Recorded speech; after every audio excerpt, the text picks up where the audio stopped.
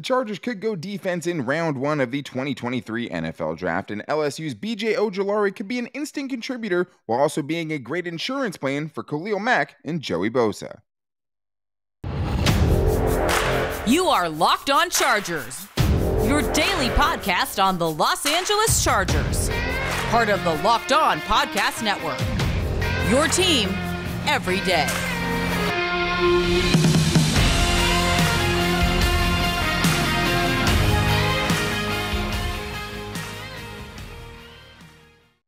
What is up, man? Welcome into the Locked On Chargers podcast. I'm your host, Daniel Wade, joined as always by my co-host, David Drogemeyer. And we've been covering the Chargers together now for 7 seasons, but this is our 5th season as the host of the Locked On Chargers podcast, bringing you your team every day. Thank you guys, as always, for making us your first listen today. And to make sure you never miss the show, go subscribe to the Locked On Chargers YouTube channel and also follow the show for free on all platforms wherever you get your podcasts from. And today we're continuing our mock draft Mondays, getting into more first-round prospects for the Chargers. We're getting into another 3 defenders the Chargers could go with in the NFL draft in 2023, and we know that pass rush could be one of the things they're looking for, and that's where we're really kind of sticking things in today. We're starting with an edge rusher from LSU, BJ Ojulari. Then we have a very exciting pass-rushing defensive tackle who's very, very undersized, but also brings some elite traits to the table in Calijah Kancey. Such a hard one there. And then just a physical freak, Lukas Van Ness from Iowa. He couldn't start at Iowa for some reason. Would he make sense for the Chargers in the first round? I mean, he definitely looks the part. I think we can both agree on that.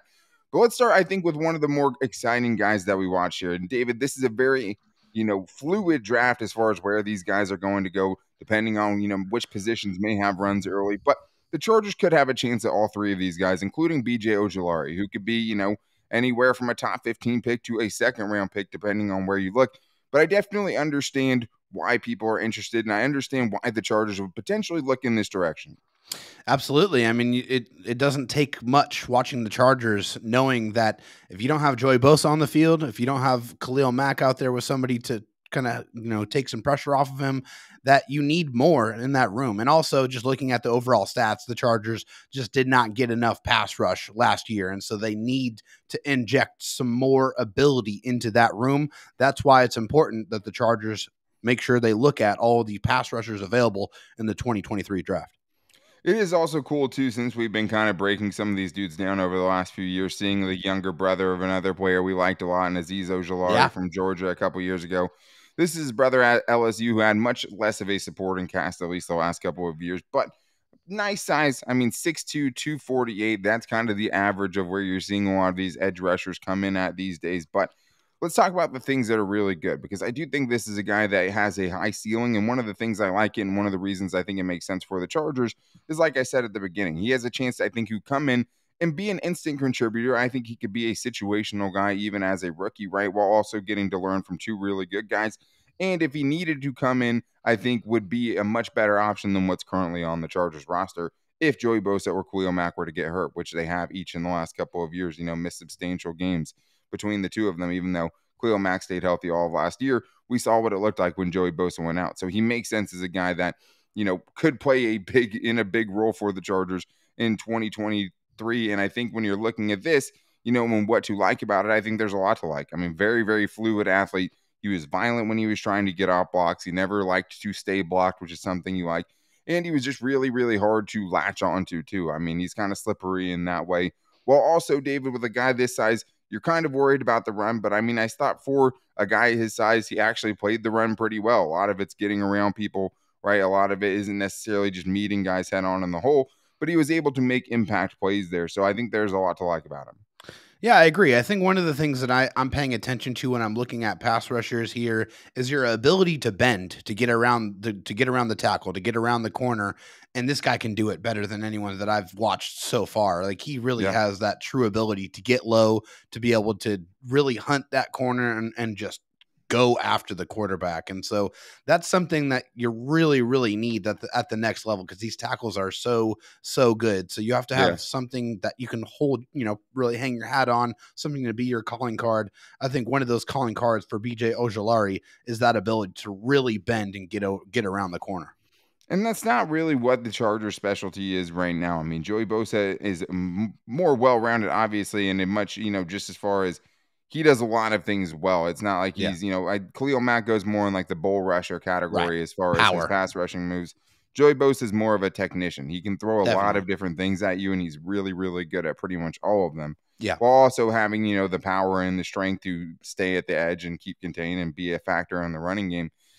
With someone like this, you're getting, a speed rusher that can really, really bend the edge for you and get underneath blocks and just cause havoc and get there quickly. I mean, quick wins is something that you saw a lot from him. I mean, getting past dudes quickly, especially with the quick passing game that you see in today's NFL, that's something you really, really need, those quick wins. And he has a lot of those, and on his resume, a lot of close calls too, a lot of, altered passes, I would say was a good way for it, right? He's disrupting a lot of plays in his time at LSU. I mean, it's the other crazy thing is just the fact that the dude doesn't even turn 21 until next month, right? And that's one thing you were talking about before the show, right? Just adding youth to this position. But I thought against the run, he was pretty patient, right? He let a lot of plays develop.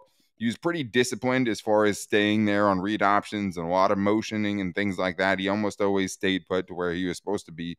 Didn't run himself out of a lot of plays, but there's a reason he's also not a bona fide top 10 pick, David. And there's also a reason why, it's hard to kind of fully sign off as just, hey, this is the guy for sure. Do what you have to take to get him.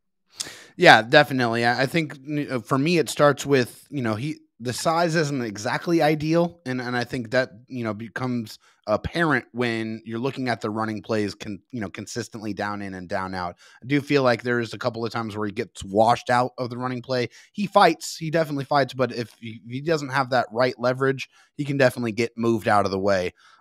Also, I feel like he needs to get better with his hands, using his hands in his rush.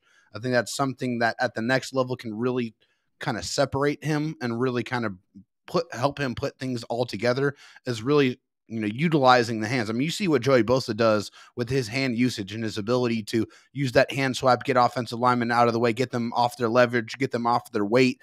That is something that I feel like if he adds to his kind of repertoire, it's going to really change the game for him and really make him a lot more effective. I think strength is valid for sure. I mean, just as far as plays that are going right at him, if he's not able to get around blocks, it can be an issue for him. I mean, I thought he held up pretty well for the most part. I didn't see him get washed away a ton, but I see what you're saying there. I thought his hands were actually pretty good, especially compared to a guy we're going to talk about later on in Lukas Van Ness. I mean, definitely uses his length more to his advantage there because he has good length, was able to keep guys off of him for the most part. So I think there's a lot to like. He made some splash plays. He had a lot of plays where he's getting these quick wins, even if it's not necessarily turning into big sack numbers like you'd want out of your pass. He's got strong chase down ability too, Daniel. I like that as well. I mean, in this NFL, when they're trying to stretch people out and really make defenders run, like he has the ability to go out and go get people. So that, and also, he has some experience covering down in the flat, which is something that we've seen the edge rushers and the Chargers defense kind of have to do. So at least having experience doing that is a good thing. Yeah, I mean, they probably dropped him into coverage more than I would have liked to see. Sure. Obviously, Right. that's not going to be a big part of the grade for him, No. so to speak, for me. But yeah, I mean, it is nice to see him do that. He's a very fluid mover, but just as far as chase down ability with a lot of these quarterbacks who can get the corner on edge rushers when they get away, get outside the pocket, this is definitely a dude who can chase those kind of guys down. Nice tackle radius when he goes to make a tackle, right? Pretty long arm. So it's someone that I would understand it if they went that direction. To me, it'd be more of a trade down candidate, right? Yeah. You're picking up another pick. You're getting him in the late 20s, somewhere like that. That's probably where I'd feel a little bit more comfortable, not feel like I'm putting all my eggs in that basket. But like, these are just the highest level defenders at positions of need where the Chargers are right now. And we know that, yeah, their offensive needs are very big too. And we've alternated offense and defense on different shows. We know they have a lot of different needs. The Chargers need edge rushing help, and they're not going to be able to get a lot of it from free agency. They're not cutting Khalil Mack, right? They're not trading Joey Bosa. So you need other guys to get ready to give yourself flexibility if you want to move on from Khalil Mack after this year, to give yourself flexibility if you need a pass rusher this year and one of those two guys goes down for an extended period. It's just a very, very shallow group for the Chargers right now. Getting kind of a blue chip prospect at the top of the draft at edge makes sense. 21 might be a little bit too rich. But the next guy we're going to talk about would be a little bit tempting as well because he would bring something the Chargers desperately need, which is interior pass rush. But of course, it comes with a caveat because it's at pick 21. You're getting him because it's Calijah Kancey and he's incredibly undersized. But It didn't stop him from wreaking havoc and racking up 14 sacks over the last 2 seasons at Pitt. So we're going to talk about the dynamo little guy who is constantly getting compared to Aaron Donald because they went to the same school and they're undersized. Calijah Kancey coming up right after this and what he could potentially bring to the Chargers defense. But this episode is brought to you by my favorite protein bar, and you guys know it is draft season. It's time to go BPA. We want the Chargers to go BPA, best player available. I want you guys to go best protein bar available, and I'm talking about Built Bars. And what makes them the best to me is the variety, right? I mean, we talk about guys being able to line up inside, outside. There's a lot of versatility to Built Bars because you can go with the puffs, you can go with the regular Built Bars, you can go with Built Bar granola. There's a lot of different ways and a lot of different flavors to choose from, but you need them to show up well at the combine. You need the, statistics, the next gen stats to come in. And the nice thing is Built Bar is also checking a lot of those boxes as well. Most bars only have 130 calories, 4 grams of sugar, and a whopping 17 grams of protein, while also getting flavors like brownie batter and churro and double chocolate, coconut puff, cookies and cream. Those are things that aren't supposed to be able to fit on your diet. And that's why you got to go BPA, best protein bar available with Built Bar, and save some money right now, guys, by going and finding a 4-bar box at your local Walmart, or even finding a 13-bar box at Sam's Club so you guys can figure out which your favorite flavor is. You're going the edge rusher of Built Bars, or you're going the wide receiver of Built Bars. There's a lot of different options, but go to BuiltBar.com and you can save some money. Using the promo code LOCKEDON15, you can get 15% off your next order. Let's talk about a defensive tackle here, David, because that is something probably a lower key need for the Chargers because of the money they spent there. Austin Johnson get a contract. Sebastian Joseph-Day gets a contract. Morgan Fox, we will see, right? But as of right now, it's looking like a pass rushing defensive tackle is going to be a big hole on the Chargers roster without, them being able to potentially go retain Morgan Fox. And it's been such a need for a long time. And that's why it was so refreshing to see Morgan Fox, just because it's like the last time we had seen 6.5 sacks from a Chargers defensive tackle, it was like 15 years ago. That guy could be gone. There's a good likelihood after that big season, he's priced himself out of what the Chargers price range is. Yeah. Now, if you're looking at potentially using the 21st overall pick, there's not going to be very many defensive tackles you could target. But there is one guy who kind of breaks the mold in that sense, David, because he is super productive, has some elite traits, and plays a position of need for the Chargers. Yeah, Calijah Kancey is definitely a guy that I can see potentially filling that Morgan Fox role, because that is something that is such a huge, huge benefit for the Chargers last year, being able to get some pass rush from another direction other than your edge players, because that's just something that was completely non-existent for so long. So seeing that production potentially walk out the door, that's a hard pill to swallow. And you want to kind of bring that production back. I definitely feel like Calijah Kancey has some of the attributes, some of the things that you really feel like could do well in this defensive front for the Chargers. And if we're talking about why it makes sense specifically for the Chargers, it just brings a different tool to the table than any of the guys we know that are going to be there. I mean, Sebastian Joseph-Day, a lot of pass rushing opportunities and really couldn't convert at a high level last season. Austin Johnson, that hasn't been his game, and he got injured partway through the season. I mean, the guys that we know are going to be factors more than likely in 2023, Austin Johnson, Sebastian Joseph-Day, Braden Fehoko, Tito Abonia. Yeah. Those guys combined for 3 sacks on the interior. That's just not run enough. Stuffers, all of them. Yeah. Yeah, and even that, right? I mean, is probably being a little bit complimentary. I mean, the Chargers can't really have too many run stuffers on the worst run defense in the league over the last couple of years.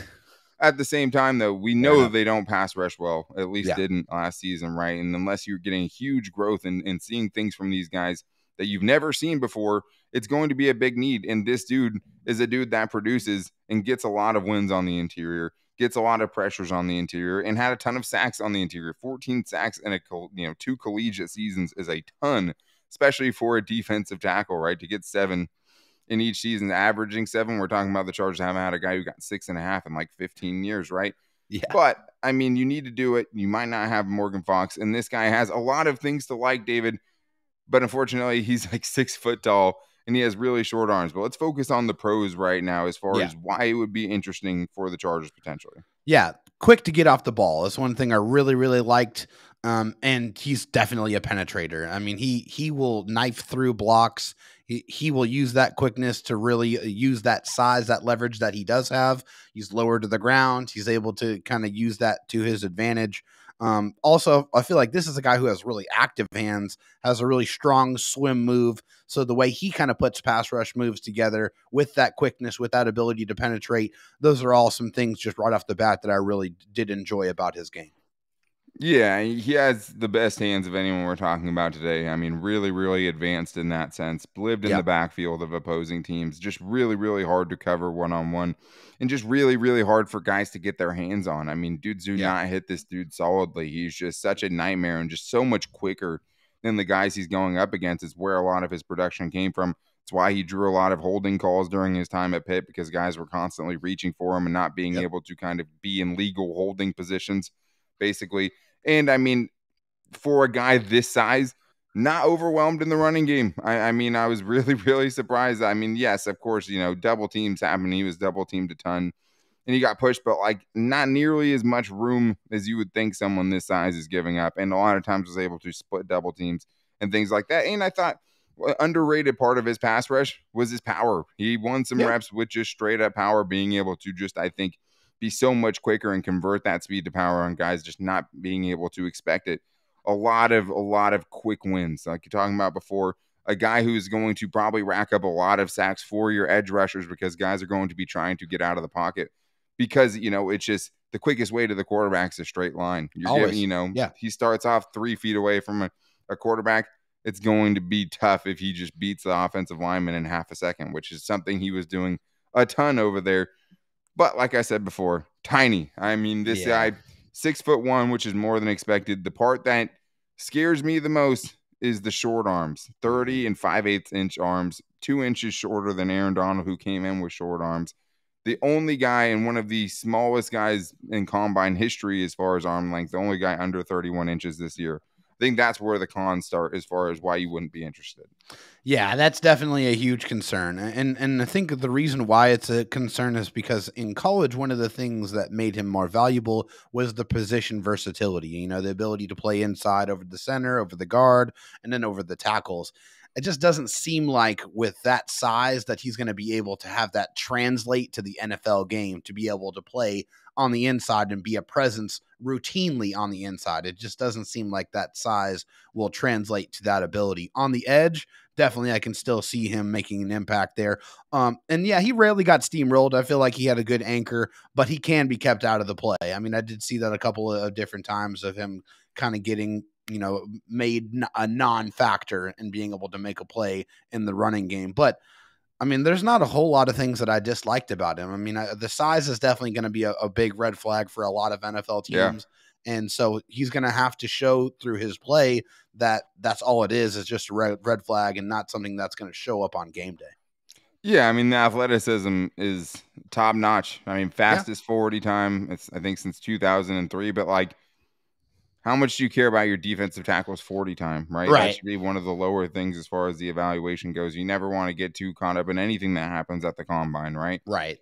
But at the same time, that this is something that's going to make him drop. Having that extreme, like he has to be a historic outlier to be good at the next level, because guys this size aren't usually. That being said, I really liked what I saw from him. I mean, a lot of quick wins.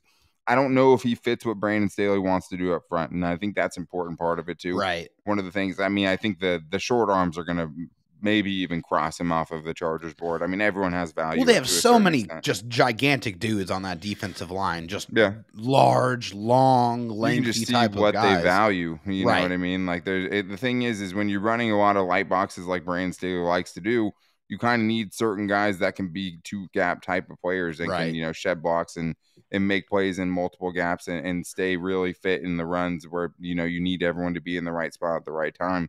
Right.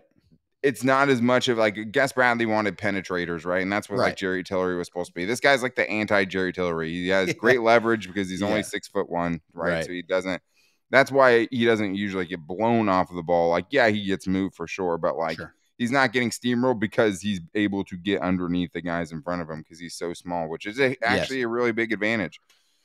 But man, I mean, he's a really, really interesting prospect because there's so much to like. That 21, it still feels rich because it's like that's like hoping for an outlier, right? Hoping that you can turn someone into, someone as unlikely as Aaron Donald. I'm not saying that you get Aaron Donald, but I'm saying like getting someone that's that undersized and getting them to turn into that. I mean, there's a reason that Aaron Donald is the outlier, because there's no one else like him. No one else can repeat that. But I mean, this dude's putting up, similar numbers at Pitt. He's putting up similar numbers at the combine. He's elite athletically.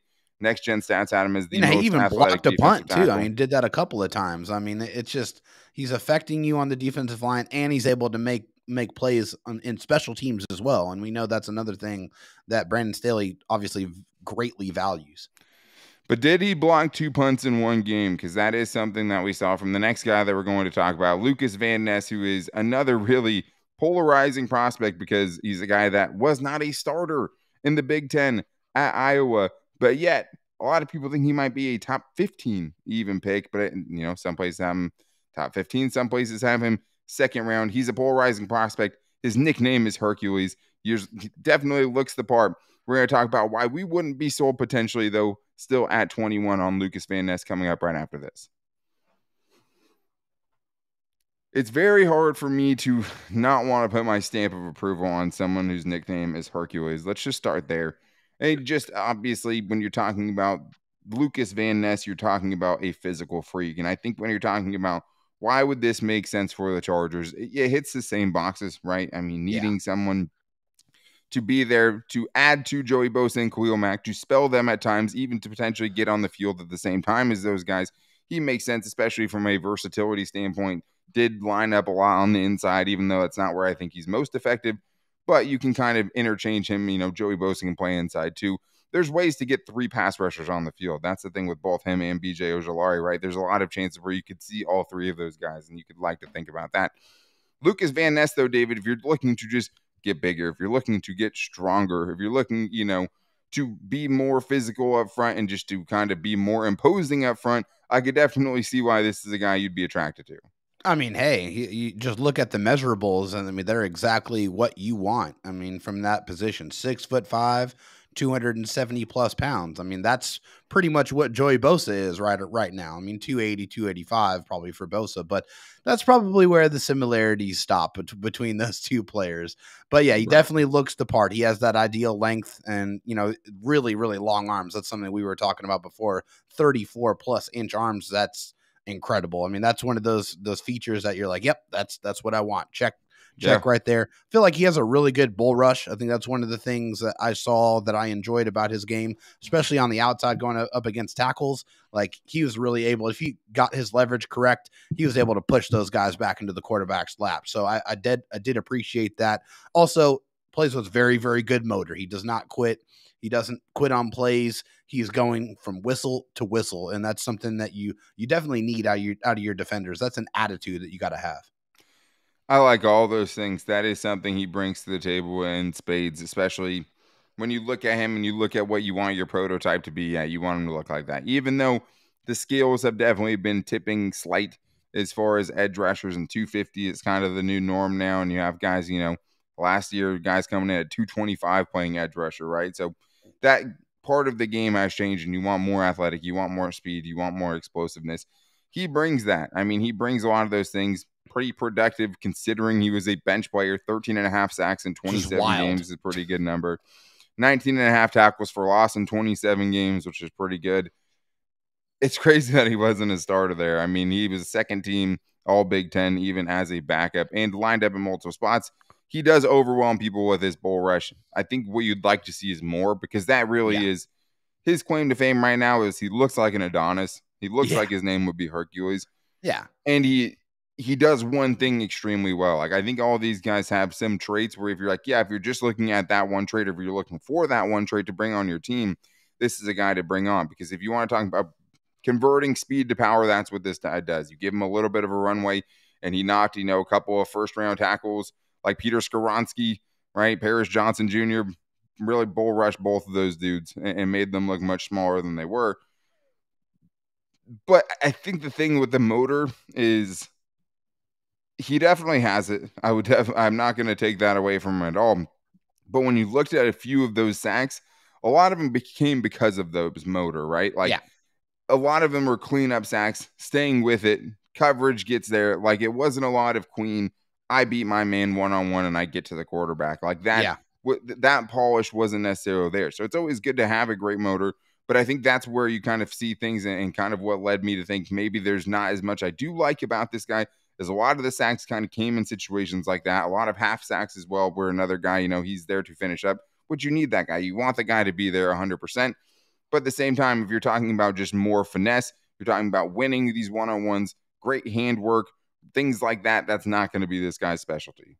That's exactly right. And I think that leads me into my next point is that he needs to add more moves to his pass rush. I mean, there's just not a lot of things that he does well. He's not a guy that can add moves together because you just don't see it.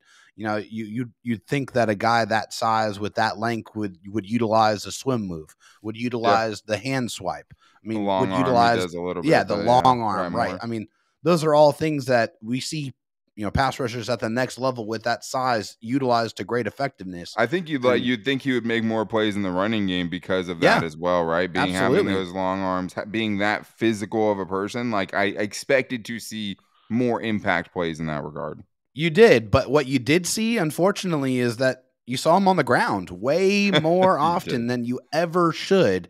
And that was a huge, huge problem for me. You got to have better contact balance. You got to be able to stay on your feet. If you're on the ground, then you're not making any plays for anybody. And so that's one thing that he's really, really got to clean up at the next level. You got to stay on your feet.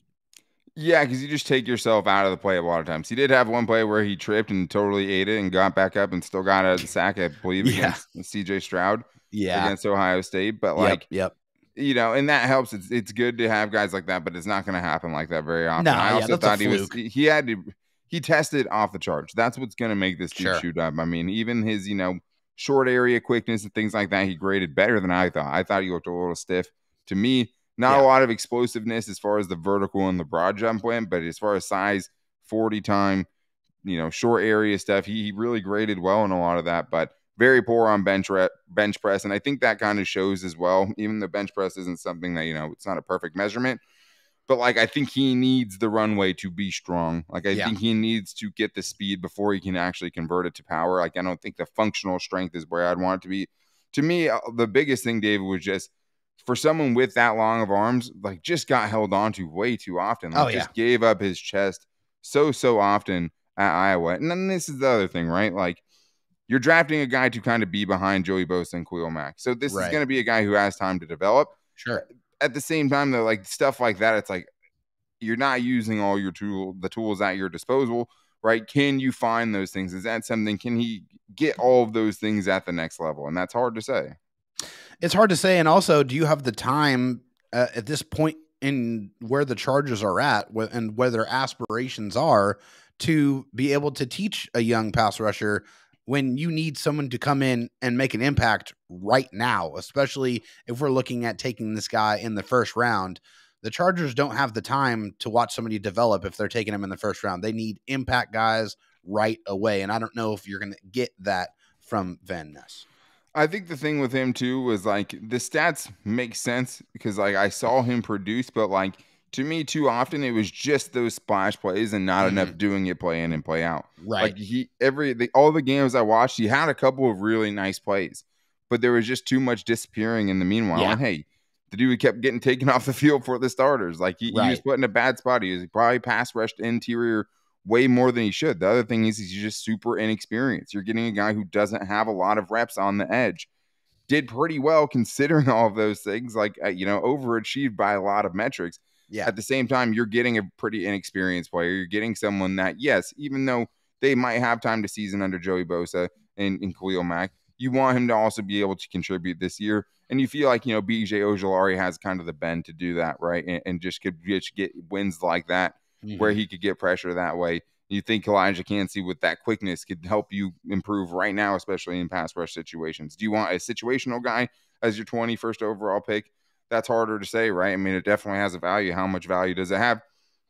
Or you could go power. So I think today we really kind of just went over what you're looking for. You can find one of those things. If you want speed and bend and just body control, BJ Ojulari is your guy. If you want quickness on the interior, Calijah Kancey is your guy. Yep. If you want Lukas Van Ness, you're doing it for power and you're trying to add more power.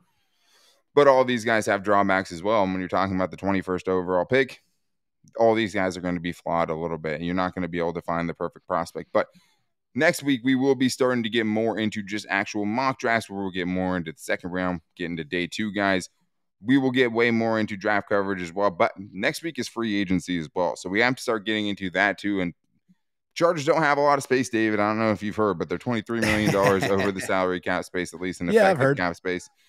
So Coupon Tom's going to have to show up. So starting tomorrow, we're going to be getting into some bargain free agent options for the Chargers, trying to be realistic about some guys they could potentially bring in, maybe more guys with links to Brandon Staley, but get into offense and defensively this week before the Chargers ship out next week and try to make some moves they're going to have to make. They're going to have to find this year's Morgan Fox and Bryce Callahan and Kyle Van Noy. Those are the type of guys we're going to try to project to the Chargers. We're going to start that tomorrow. And to make sure you don't miss it, make sure you go to one of the latest YouTube pages that just went over 1 million views in their career, the Locked On Chargers YouTube channel. Thank you guys for all of your support there. It's something like David put on Twitter. We didn't know how it was going to go. Can't fully express how much we appreciate, how much everyone has followed us on that platform as well. And we always want to shout out the OGs who listen on the podcast and follow wherever they get their podcasts from, whether it's Apple Podcasts or Spotify or wherever. We appreciate you guys as always. You can also find the show every day on all of our social media. You can find me on Twitter at DanTalkSports and David Drogemeyer on Twitter at DroTalkSD, as well as the show's page at Locked On LAC. You can also find us on our Locked On Chargers Facebook page and at Locked On Chargers on Instagram. We will maybe do a voicemail show, fan mail show this week. If you guys want to call into that, you can hit us up at 323-524-7924 and get your 30-second voicemail and 30-second question in, and has a good chance of getting on the show. But starting tomorrow, we are getting into free agency, even with the limited dollars, to see if there are maybe some guys who can come in and move the needle like some of the Chargers, mercenaries did this season, and we'll see who they're able to retain from that. But they're going to need a new batch, and we're going to be getting into it. But until then, guys, take it easy and go Bolts.